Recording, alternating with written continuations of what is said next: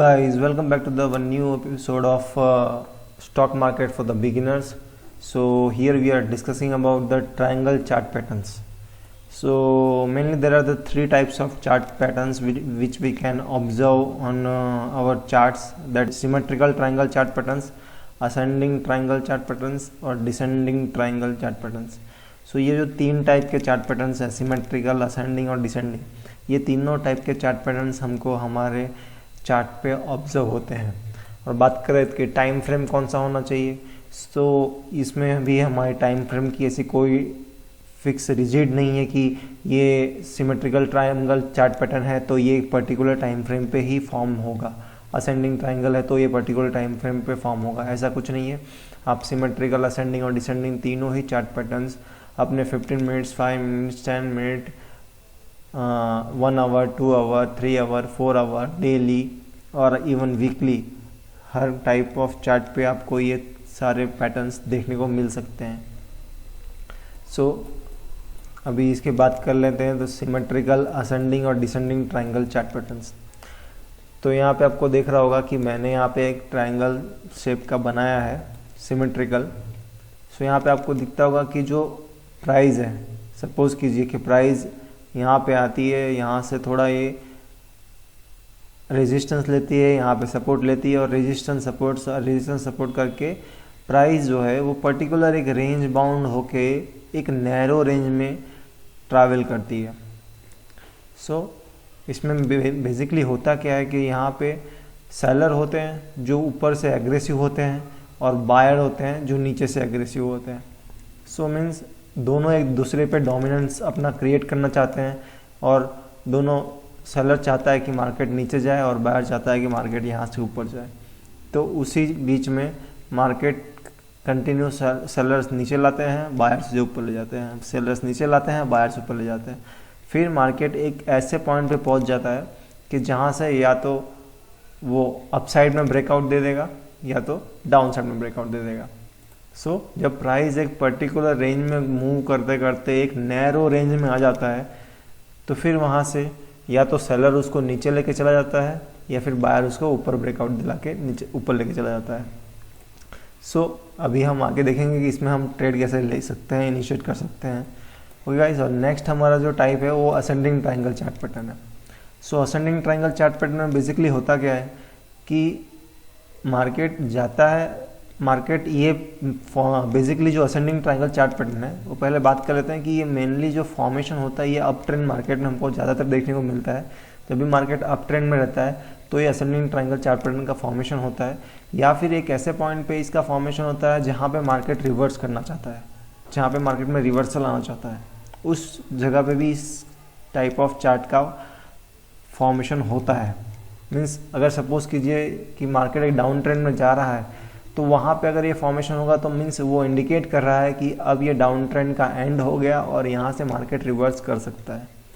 सो इसमें बेसिकली क्या होता है, सपोज कीजिए कि मार्केट फर्स्ट तो एक सिनेरियो लेते हैं कि मार्केट अप ट्रेंड में है, तो अप ट्रेंड में है तो मार्केट आया और मार्केट एक पर्टिकुलर रेजिस्टेंस के पास आके, समझिए कि ये मार्केट का रेजिस्टेंस लेवल है, मार्केट कंटिन्यू एक रेजिस्टेंस के पास आके कंटिन्यू हिट करता है और जो बायर्स हैं वो, हमारा जो डिमांड जोन है वो ऊपर की तरफ शिफ्ट होते रहता है। मीन्स यहाँ से सेलर्स ने पुश किया, मार्केट नीचे आया बट बायर्स ने बाय कर लिया, मार्केट फिर रेजिस्टेंस पे, फिर नीचे आया मार्केट, यहाँ पे बायर ने बाय कर लिया, फिर मार्केट रेजिस्टेंस के पास, फिर रेजिस्टेंस ने पुश किया, मार्केट फिर नीचे आया, मार्केट ने फिर बाय कर लिया। मीन्स अल्टीमेटली होता इसमें ऐसा है कि जो बायर्स हैं वो कंटिन्यू शिफ्ट होके अपसाइड में आते रहते हैं और फिर मार्केट को यहाँ से अपसाइड में ब्रेकआउट देना ही पड़ता है और फिर ये रेजिस्टेंस लेवल जब मल्टीपल टाइम ऑफ हिट हो जाता है तो ये अपसाइड में ब्रेकआउट दे देता है। तो ये बेसिकली हो गया असेंडिंग ट्रायंगल चार्ट पैटर्न। अभी बात कर लेते हैं डिसेंडिंग ट्रायंगल चार्ट पैटर्न। तो डिसेंडिंग ट्रायंगल चार्ट पैटर्न जो फॉर्म होता है वो बेसिकली एक डाउन ट्रेंड मार्केट में फॉर्म होता है और डाउन ट्रेंड मार्केट में जब भी होता है तो मीन्स ये इंडिकेट करता है कि मार्केट में डाउन ट्रेंड चल रहा है और वो ट्रेंड कंटिन्यू हो सकता है। सेम असेंडिंग ट्रायंगल में भी होता है कि वो भी एक कंटिन्यू करता है कि हाँ मार्केट अभी अप ट्रेंड में है तो यहाँ से अप ट्रेंड में ही रहने वाला है। और तो फिर यहाँ पे क्या होता है कि जैसे यहाँ पे बायर्स कंटिन्यू डोमिनेंट हो जाते हैं सेलर्स के ऊपर, तो यहाँ पे सेलर डोमिनेंट हो जाते हैं बायर्स के ऊपर। क्या होता है कि मार्केट एक कंटिन्यू नीचे आता है, एक सपोर्ट लेवल को हिट करता है, फिर ऊपर जाता है, तो वहाँ पे सेलर्स लोग और थोड़ा नीचे से जो डिमांड जोन है उसका, जो सप्लाई जोन है वो नीचे आता है, और डिमांड जोन ऊपर नहीं जाता है, वो कंटिन्यू यहाँ पे एक लेवल पे सपोर्ट दे के बैठा रहता है। सो बायर्स यहाँ से बाय करके ऊपर ले जाते हैं, बट सेलर और एग्रेसिवली सेल करते हैं। बायर्स फिर ऊपर ले गए, सेलर और एग्रेसिवली सेल किया, मीन्स सेलर्स अल्टीमेटली इस लेवल तक आ जाते हैं कि बाद में बायर्स को अपना बाइंग छोड़ना पड़ता है, और फिर सेलिंग बहुत ही तेज़ी से आती है। सो इस टाइप ऑफ चार्ट पैटर्न को हमको कैसे ट्रेड करना है। अभी हम देख लेते हैं कि इस टाइप के चार्ट पैटर्न जब फॉर्म होते हैं तो हम कैसे ट्रेड करते हैं। तो गाइस ये पहले हम बात करते हैं असेंडिंग ट्रायंगल चार्ट पैटर्न की। यहाँ पे आपको दिख रहा होगा एक असेंडिंग ट्रायंगल चार्ट पैटर्न का फॉर्मेशन हुआ है, और ये एक रिवर्सल पॉइंट पे भी है। मार्केट इसके पहले देखिए कंटिन्यू डाउन ट्रेंड में था, और यहाँ पे मार्केट में एक रिवर्सल आ गया है। इसको मुझे थोड़ा एक अच्छे से फॉर्म करनी चाहिए। मैं आपको एक प्लॉट करता हूँ तो आपको अच्छे से समझ में आएगा।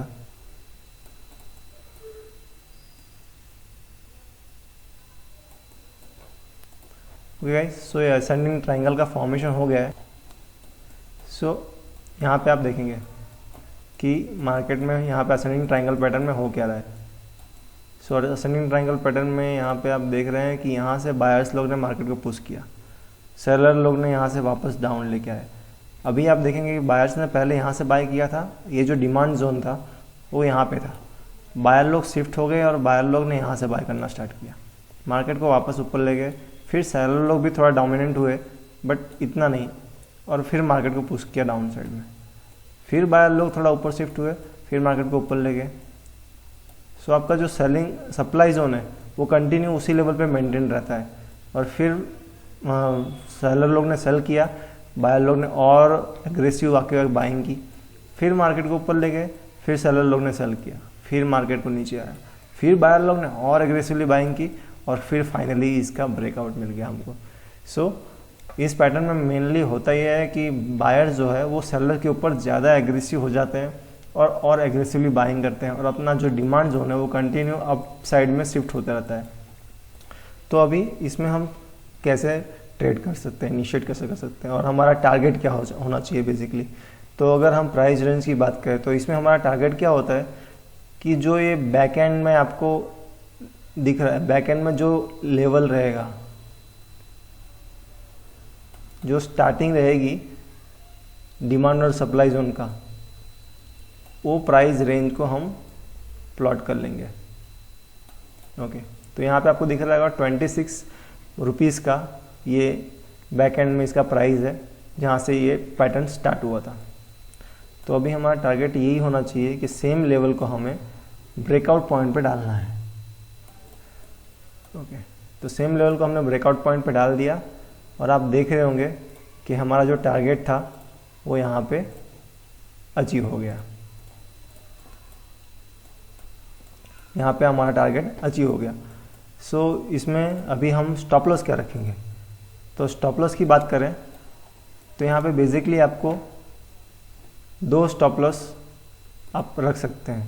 पहला, या तो आपको जो ये कैंडल दिख रही होगी, जो ब्रेकआउट कैंडल होती है, उसके नीचे आप स्टॉप लॉस रख सकते हैं, या तो ये जो लास्ट आपको डिमांड जोन दिख रहा होगा, उस डिमांड जोन के नीचे आप स्टॉप लॉस रख सकते हैं। तो ये आपका बेसिकली एसएल होना चाहिए डिमांड जोन की, ये लास्ट स्विंग जो आपको दिख रहा होगा, इस लास्ट स्विंग के नीचे।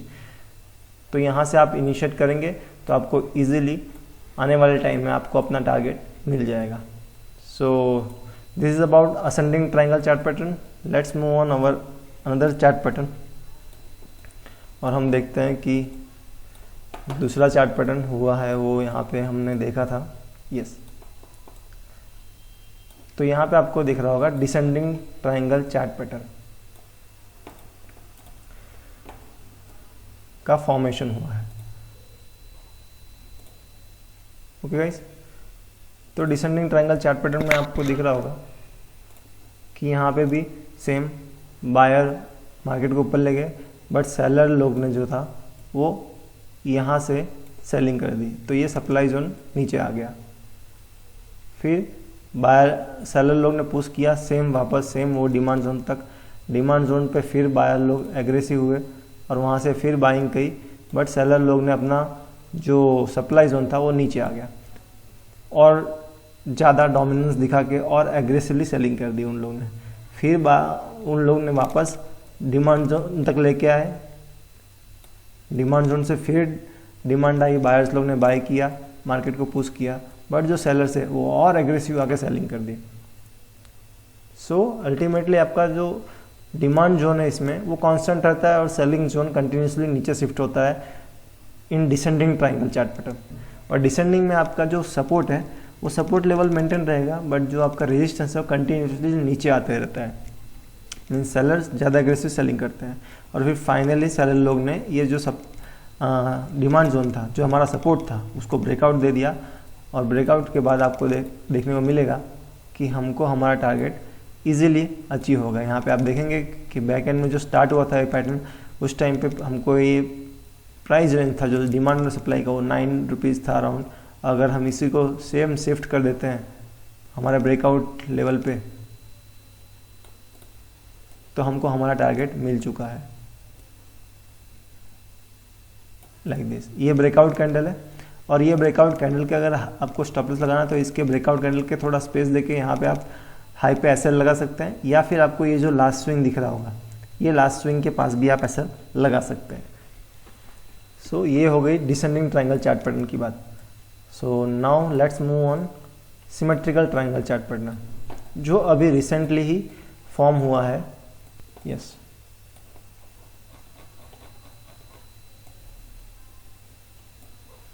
सो यहाँ पे हम देख रहे हैं कि एक सिमेट्रिकल ट्रायंगल चार्ट पैटर्न का फॉर्मेशन हो गया है। So basically symmetrical triangle chart pattern में होता क्या है कि एक डिमांड जोन रहती है, एक सप्लाई जोन रहता है, एक बायर्स का जोन रहता है, एक सेलर का जोन रहता है, एक सपोर्ट रहता है, एक रेजिस्टेंस रहता है। रेजिस्टेंस के पास जाके मार्केट सेल ऑफ होता है, बायर्स लोग अपने सपोर्ट के पास फिर बाय करते हैं, फिर मार्केट ऊपर गया थोड़ा नीचे, फिर जो सेलर है और बायर है दोनों एग्रेसिव हो जाते हैं कुछ ज़्यादा ही, ताकि जो बायर्स है उसको ऊपर लेके जाना चाहते हैं और सेलर्स उसको कंटिन्यूसली नीचे लेके जाना चाहते हैं। तो यहाँ पे जो फाइट होती है वो काफ़ी ज़्यादा टफ होती है। यहाँ पे एक साइलेंट जोन में चला जाता है क्योंकि मार्केट के ऊपर सेलिंग का भी प्रेशर ज़्यादा रहता है और बाइंग का प्रेशर ज़्यादा रहता है। आप देखेंगे एक कैंडल ग्रीन, एक कैंडल रेड, एक कैंडल ग्रीन, एक कैंडल रेड, एक कैंडल ग्रीन, एक कैंडल रेड, एक कैंडल ग्रीन, एक कैंडल रेड।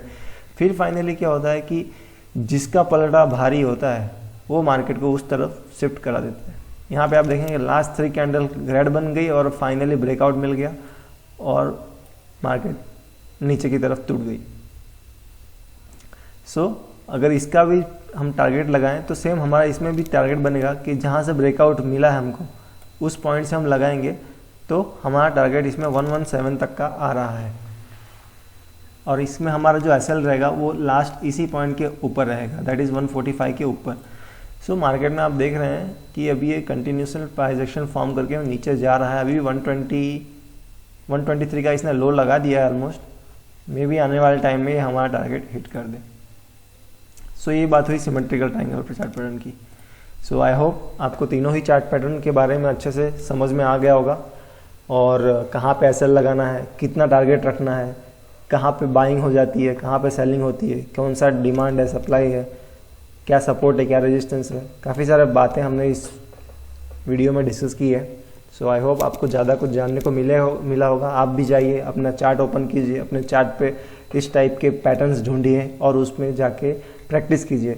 आप अगर कंटिन्यूसली इस चार्ट पैटर्न को प्रैक्टिस करेंगे तो जब भी एक ये चार्ट पैटर्न फॉर्म होगा, आइदर इन 5 मिनट चार्ट पे, 15 मिनट चार्ट पे या 1 आवरली चार्ट पे, डेली चार्ट पे, तो आपको वो क्लिक होगा और आप इजीली इस पैटर्न्स को फाइंड आउट करके एक ट्रेड इनिशिएट कर सकेंगे। So this is for you guys. So thank you for watching this video. I hope you like this video. If you like, please hit the like button and share with your friend and family members. Thank you guys. Thank you.